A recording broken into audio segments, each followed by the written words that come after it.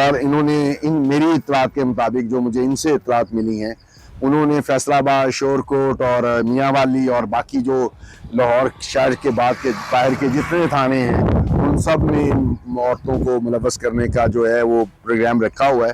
Actually یہ جو 4 عورتیں ہیں یا 5 عورتیں جو اس وقت جیل میں ہے، اس کو یہ بلیک میلنگ ٹول کے طور پہ عمران خان کے خلاف استعمال کر رہے ہیں۔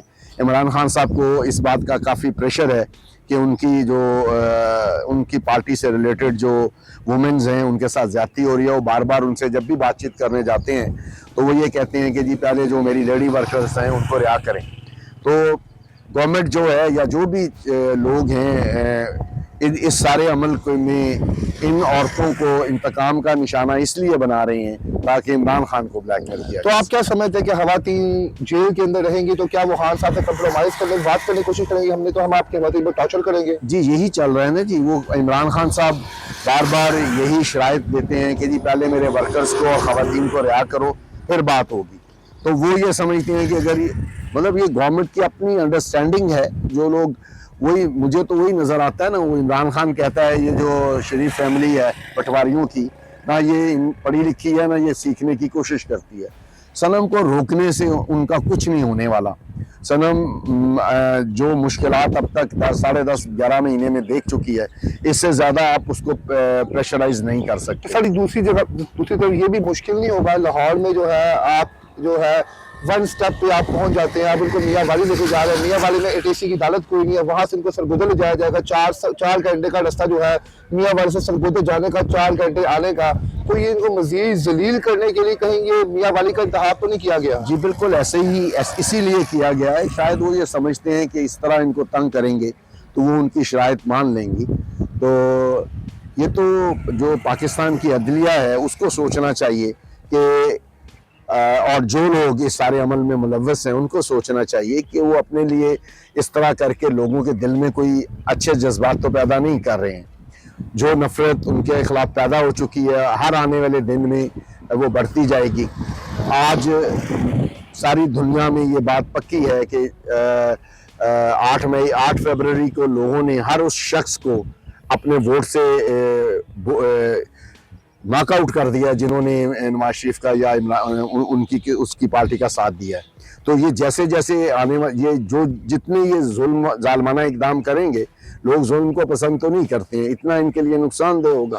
تو اب یہ بتا دیں، اب روک کار اب آپ کی ہو جاتی ہے، کل کو دوبارہ یہ میاں والی پولیس واپس لے جاتی ہے تمام خواتین کو، تو یہ سلسلہ تو پھر 0 سے سٹارٹ ہو جائے گا وہاں پہ۔ جو ظاہر ہے ہم لوگ اس کے لیے مینٹلی تیار ہیں، ہمیں پتہ ہے کہ وہ بے شرمی کی ساری لیمٹس کراس کریں گے، تو ہم ظاہر ہے قانون کے دائرے کے اندر ہے کہ جو ہم سے ہو سکے گا ہم کریں گے۔ پہلے بھی 10 مہینے سے ہم لوگ یہ سارا ظلم برداشت کر رہے ہیں نا، تو اللہ بھی ہے اوپر۔ پارٹی کی جانب سے سر کوئی بیان آیا، کسی نے کوئی میسیج دیا؟ میرے پاس ایکچولی میرا پرابلم تھوڑا سا یہ بھی ہے کہ PTI کی جو بھی ایگزیکٹو باڈی ہے، صنم بھی پہلے اس کی حصہ نہیں تھی، نہ میں اب بھی میں حصہ نہیں ہوں۔ جو ان کے ایگزیکٹو لوگ ہیں جو اس سارے معاملے کو دیکھ رہے ہیں، ان میں سے کسی سے میرا کوئی رابطہ نہیں ہے۔ میں تو صنم کا گیسٹ۔ صنم صاحبہ سے ملاقات ہوئی ہے؟ انہیں پتا آج نہیں ہوئی، ابھی نہیں ہوئی۔ انہیں پتہ کیا چل رہا باہر، کیا چل رہا ہے؟ ظاہر ہے اگر ٹیلی ویژن TVs پہ یہ چل رہا ہے کہ صنم کو گرفتار کرنے کے لیے میاں والی پولیس آ گئی ہے، تو اندر بیٹھی ہے، وہ TV دیکھتے ہیں، ان کو پتہ چل گیا ہوگا۔ تو اب کیا سمجھتے ہیں کہ عمران خان صاحب ان خواتین کے لیے کچھ نہ کچھ کمپرومائز کریں گے، جس طرح ان پہ پریشر ڈالا جا رہا ہے کہ خواتین کو ایک جیل سے دوسری جیل؟ میرا نہیں خیال کہ عمران خان کو اب کسی بھی اسٹیج پہ کوئی کمپرومائز کرنا چاہیے، اور یہ خواتین بھی چاہیں گی کہ خان صاحب صنم تو یہ کہتی ہے کہ اگر عمران 72 سال کی عمر میں یہ سارا کچھ برداشت کر سکتا ہے تو میں کیوں نہیں کر سکتی۔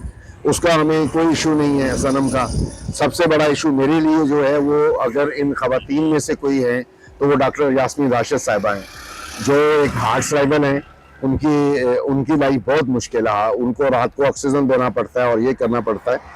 ہم لوگ تو اس بات میں بھی ورڈ تھے کہ اگر صنم چلی جائے گی، اس جیل سے رہا ہو جاتی آج، تو ڈاکٹر یاسمین صاحبہ کی ضمانت نہیں ہوئی تھی، ان کو کچھ اور دن رہنا تھا یہاں پہ، تو ان کی کیئر میں بھی ایشو آ سکتا تھا۔ اللہ جو کرتا ہے بہتر کرتا ہے۔ مریم نواز صاحبہ کا نام سر کیا پیغام ہے؟ وہ چیز میں اس کو انہوں نے یہ کہا کہ خواتین پہ ہونے والے ظلم پہ ہمیشہ آواز وہ بھائی بھی ہے، وہ بھی جھوٹ بولتی ہے، اس کا باپ بھی فراڈیا، وہ خود بھی جھوٹ بولتی ہے۔ اس نے زندگی میں کبھی کوئی اچھا کام نہیں کیا۔ جب سے اس نے ہوش سنبھالی ہے کوئی ایک اچھا کام اس کا بتا دیں. میں اس سے ریکویسٹ کرنا توہین سمجھتا ہوں اپنی, میں اس کو اس قابل بھی نہیں سمجھتا کہ اس کا نام لوں. عوام نے 8 فروری کو اس کے اگینسٹ مہر شرافت کو ووٹ دے کے اس کو ویسے ہی اس کے ماتھے پہ قلم کا ٹیکا لگا دیا ہوا ہے. وہ سٹار پلس کرے یا آکاشوانی کرے, جو بھی کرے, عوام کے لیے میں یہ جانتا ہوں کہ ان میں سے کوئی بھی اس قابل نہیں ہے کہ عوام میں جا سکے. بہت شکریہ, تھینک یو.